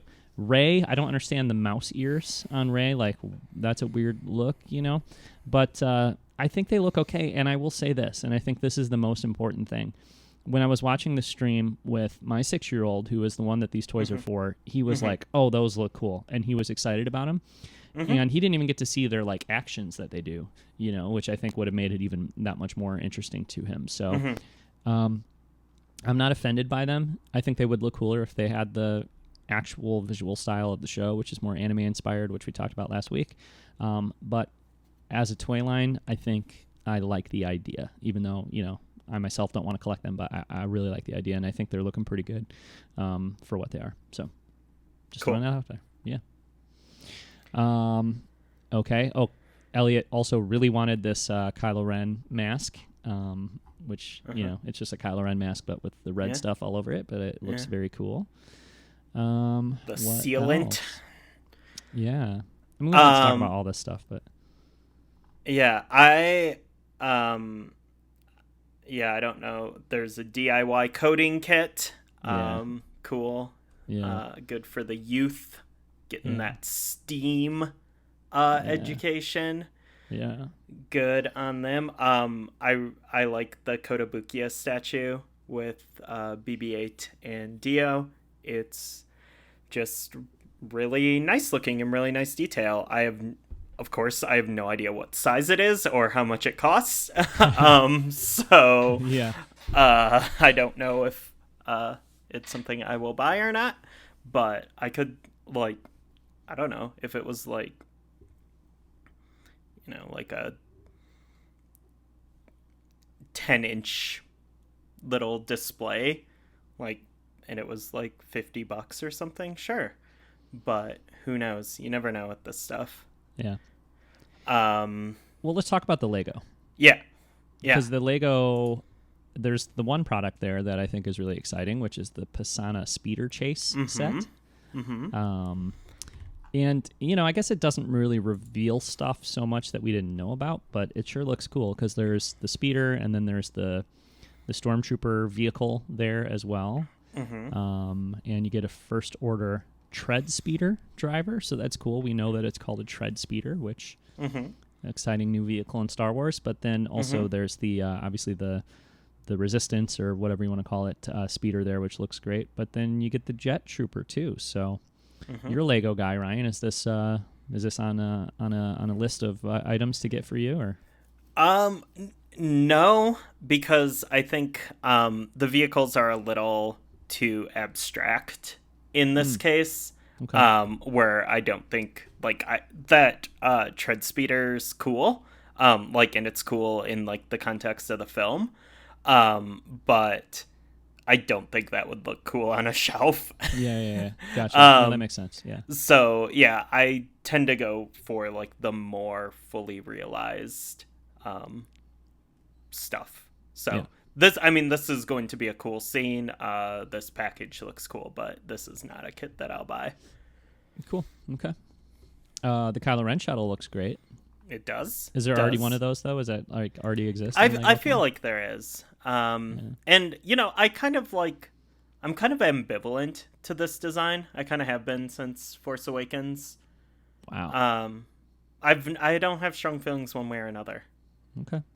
I like when it shows up on screen and the music kicks in and stuff. But I don't it's not a favorite ship or anything. It's not the way I feel about Rey's speeder, where I'm I want to own every possible variation of that. Yeah. Kind of thing. So, okay. But what is interesting in here is we have General Pride, spelt like Kitty Pryde of the X-Men, which I don't know. Do we know anything about this character? Yeah, that's Richard E. Grant's character. Okay. We don't know anything about him, but okay. So does he fly Kylo's shuttle? No, I don't think so. But there's a lot of characters in that set that are not. You could see how many people fit in Kylo's shuttle? Well, quite a few if you think about stormtroopers and stuff. Well, yeah, but I'm just saying, in that scene in The Last Jedi, they're all up in Kylo's shuttle, and there's 6 or 7 people just in the cockpit area there. So I don't know. Yeah, and I don't think that's the whole thing either. So, General Pride could totally just be hanging out in there. Yeah, but I'm just for sure. But the Knights of Ren hang out there. Yeah, it just seems like it's one of those things where it's okay, well, you're going to buy this big ship and we're going to throw in a bunch of minifigs that are related to the character who, is it's a Kylo Ren set, so we'll throw in some minifigs that are that's part of his team, you know what I mean? So I don't know if that necessarily means they would be seen in the movie on the ship or not, but possibly. Yeah. But I think that one looks cool. And then there is the Y-Wing, which also looks good. And you've got Dio, a little Dio minifig, and a Zori Bliss minifig. Yeah, and Zori Bliss is piloting the Y-Wing. Yeah, in the pic, in the box art. That's true. That's a good point. So I wonder if, we do know that in between Last Jedi and The Rise of Skywalker, there was some gathering of allies. And I wonder if Zori Bliss is one of them who heeded the call. I don't know. I feel like they're probably going to come across her and, well, I guess we'll see. I feel like they're going to go to her, or we'll see them reconnect. We'll see Poe and Zori reconnect, I guess, in this movie. But I do think that these toys have made it very clear that Zori Bliss is going to be part of the team. You know what I mean? Yeah. Part of the Resistance team. And because when they, kind of first showed her off, it was oh, she's mysterious. And, Carrie Russell was talking about her at D23 and sort of oh, well, she's, I can't remember exactly what she said, but basically she can be a little shady, or she's kind of questionable or whatever. But looking at all these toys and stuff, it seems pretty clear oh yeah, she's definitely going to pitch in and be a part of the team, Yeah. So. And she has a teal astromech droid. If that's hers, yeah. Do we think that's hers? I'm. Oh, I see what you're saying. It's in the Y-wing there. Yes. Yeah. Right. Yeah. Gotcha. Okay. Yeah. So, that's kind of cool. And that First Order Stormtrooper has a cape, which is also cool. Yeah. Little throwback to Director Krennic there. Yeah. I like it. I like the set. I like Zori Bliss's design a lot. Oh, yeah. Yeah, for sure. Cool. Okay, a couple other ones. There's A-Wing. There's a Millenium Falcon. What's the price going to be on this Millenium Falcon? It's 1,351 pieces. I don't know enough about Lego to know like where that puts it, but I know that there's been other Lego Millenium Falcons that are $500, $800, $1,000. $199 is my guess. Okay, so this is a smaller one that maybe would be. Yeah, I think it's probably similar to the one that I don't know if we can see it. Here, no, we can't. But if you. You can't even see it because the lights are. Oh, I see. Doing it, we have like the mid-tier one. I think it was like 150 or 179 or something. So this you're thinking is more pieces than that one, or it's a similar? I think so because I think that one was like 1,000. I don't know. They make like 5 of these a year. I can't keep up with Lego Millennium Falcons, but we do have Bulio. I was gonna say only this one comes with a Bulio. Yeah, which is worth the price of admission. Quick thing on the A-Wing, Snap Wexley figure included. 269 pieces. This will probably be like a $20 or $25 set, and I will definitely be buying this one because it's a great little compact set, and it comes with a Snap Wexley minifig, and I love that guy. Nice. And Lieutenant Connix as well, so that's cool. Yeah. All right. Hey, there is the AT-ST Raider Lego set as well, which comes with the Mandalorian and Cara Dune. But then also, I'm struggling to read this, but does it say Klatooinian Raider? Is that what it is? I think it says Klatooinian. Okay. Which like Klaatu from Return of the Jedi? Is that what that is? I don't know. So anyway, that's interesting, but I guess, we don't know too much about it, but looks pretty cool. Elliot got really excited about these Hot Wheels. He was like, oh, that looks awesome. I want that. So that was cool. You don't really think about people getting too excited about these Hot Wheels too much, but he got for his birthday, which was like 2 weeks ago, he got a Millennium Falcon Hot Wheel playset thing that he thinks is fun. So yeah, he's excited for those. And then, I don't know, that's about it, I think, from the products. There's Zazzle, which is a website you can use to kind of like customize products. And there is actually some cool stuff here listed, or shown, like the wall hanging of the Mandalorian. It's cool. I'm kind of into that, especially because there's probably other designs you could get as well. And I kind of like that lunchbox as well. Yeah, I do. I actually really like the lunchbox. Yeah. They've been putting out like some really cool, like vintage style, like tin lunchboxes. And I see them at Target. I saw them in the Celebration store, and I keep like almost buying them, but then I'm like, what would I really do with this? But now I'm starting to think like these would be cool to like just store a bunch of like Star Wars crap in, like figures that you don't have displayed or whatever, and then like just have these sitting out, but then you can also open them and have like your figures in them and stuff. So I'm like warming up to the idea of like buying some of these lunch boxes. Yeah, for sure.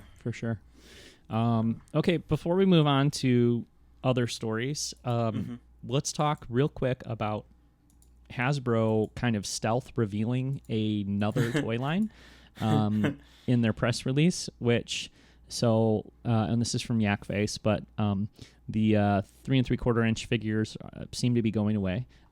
Besides Vintage Collection, of course.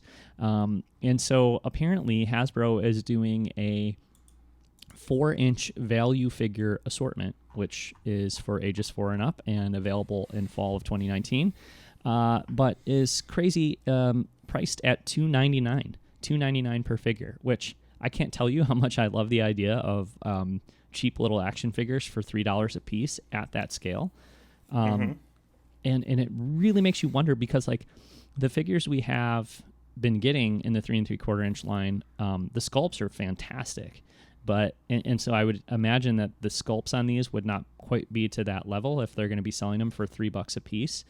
But at the same time, like the figures, the sculpts are fantastic, but other than that, they are really basic figures, the ones we've been getting. I mean, they're 5 POA. You know, they don't come with a lot of like, you know, accoutrement or whatever. So it's like I'm trying to think about how they're going to go from a $7.99 or $8.99 toy line down to this $3 per figure toy line, and like what the difference in the figures will be. And I don't know, man. It's so intriguing. It's so interesting that they're doing basically a 3 3/4 toy line for $3 a figure. And they say that they're going to come with each 4-inch scale Star Wars figure comes with a fun accessory to add to the excitement of bold space adventures, including, you know, Vader's and Luke's lightsabers and Chewbacca's bowcaster and blasters and blah, blah, blah. So, man, I don't know. And then I'm wondering, like, are you only going to be able to get these at, like, Big Lots or something? Yeah.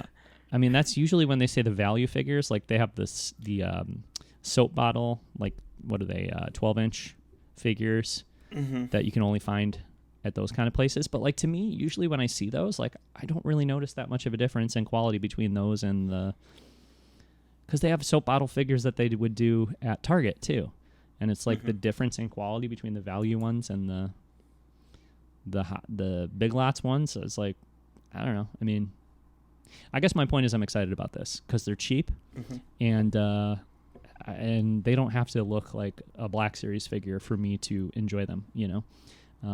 If it's a cool Star Wars toy, I'm going to think it's a cool Star Wars toy, even if it's not like super high quality, especially at $3 a pop. Yeah, it's really interesting because like the Big Lots figures, which I have some of those, and they're also the Walgreens figures too. Those show up at Walgreens, but those are from what I understand, those are made because they're like 5.5 inches, I think, or maybe 5-inch. But those are made primarily for foreign markets. So they're figures that show up at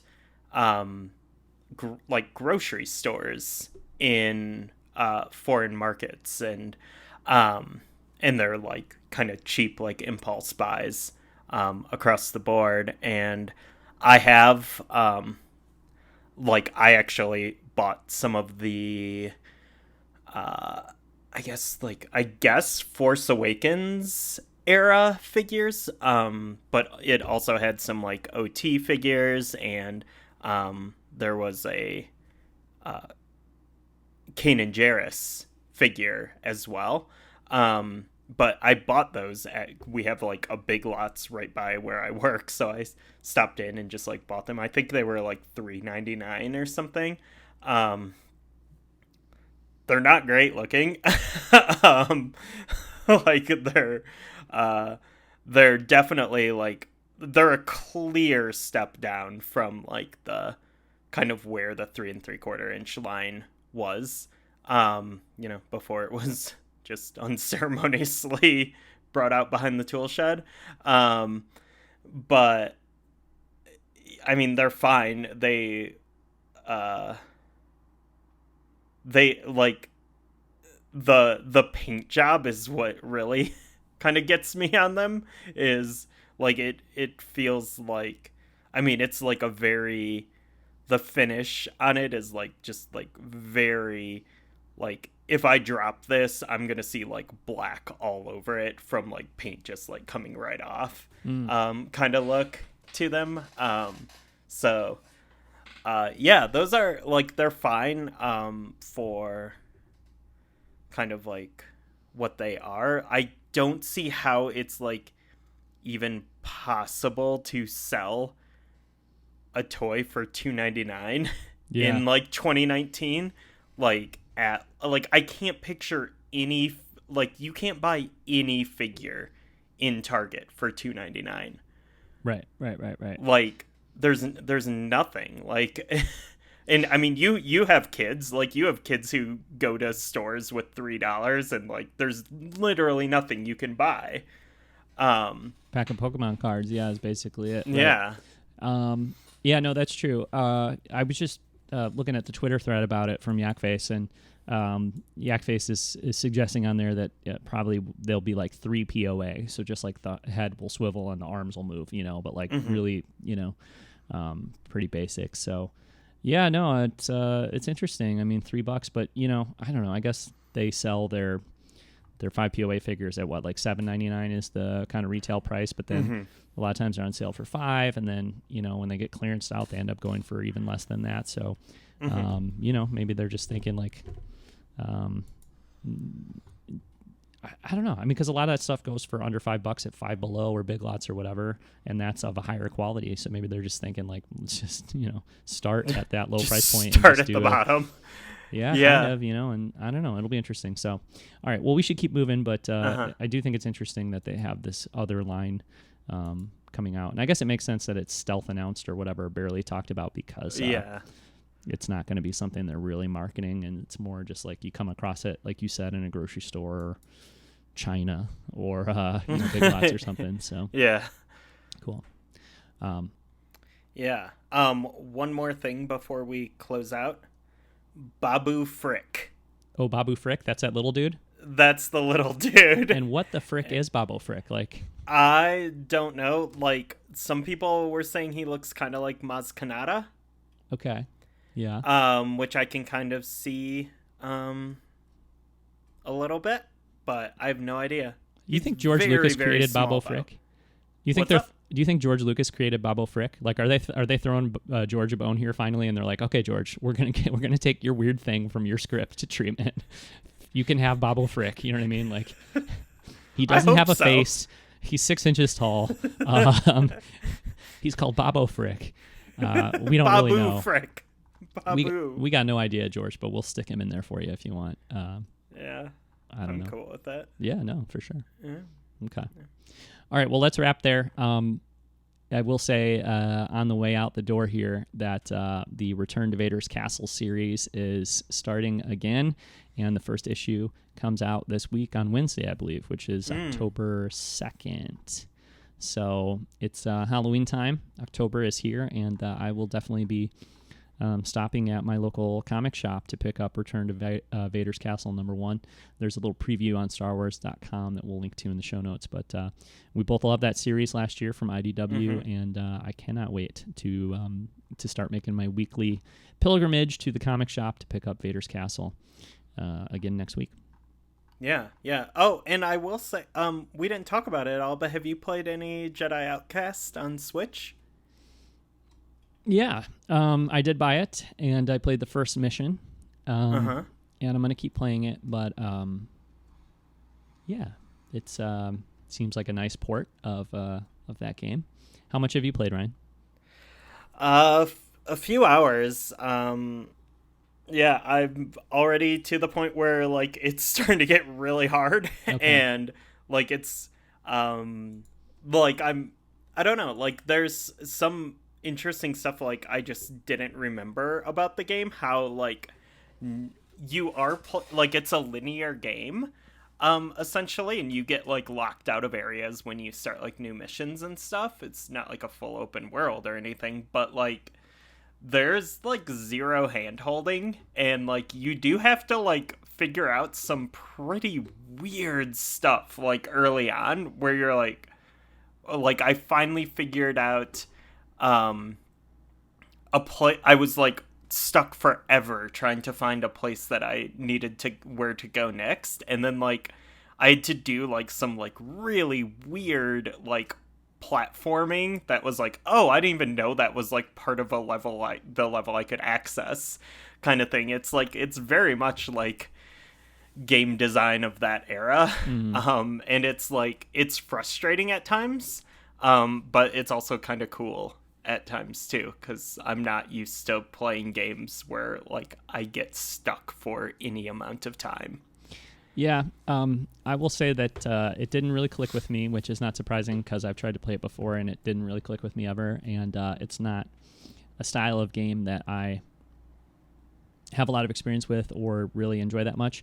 And then there's just like a lot of things about it that are very dated and from the era, like you said. So I think I'm going to play it with a walkthrough because like I feel like the first mission, the first level or whatever should take like 15 minutes to finish, and it took me like 45 because like I'm just like, dude, every room looks exactly the same, and I'm supposed to like figure out like, and there's no map, so like I don't know where I am in relation to anything else, and like it's pretty tough to know kind of where you're going or where you've been because it's just like all a bunch of like Imperial hallways, and they all look the same. And yeah, I don't know. I found it pretty obtuse, you know, and that's just the first level. So I'm like, I don't know. And then I have Link's Awakening on the Switch, and I'm just like, every time I'm going to play Switch, I'm like, okay, I could play Link's Awakening, which I know is going to be like really fun and rewarding and beautiful, or I could go play this Jedi Outcast game, which I know is going to frustrate me. So yeah, I've been more often opting to play Link's Awakening, but I am going to play Jedi Outcast. But yeah, I think stick with it. Like there's some like it can be frustrating at times, but like there's some interesting stuff going on. Yeah. I'm gonna stick with it, but I think I'm gonna try to make it as painless as possible by basically like letting a walkthrough do all the figuring out of stuff for me, because I just think it's gonna frustrate me too much. But yeah, that's fair. Yeah.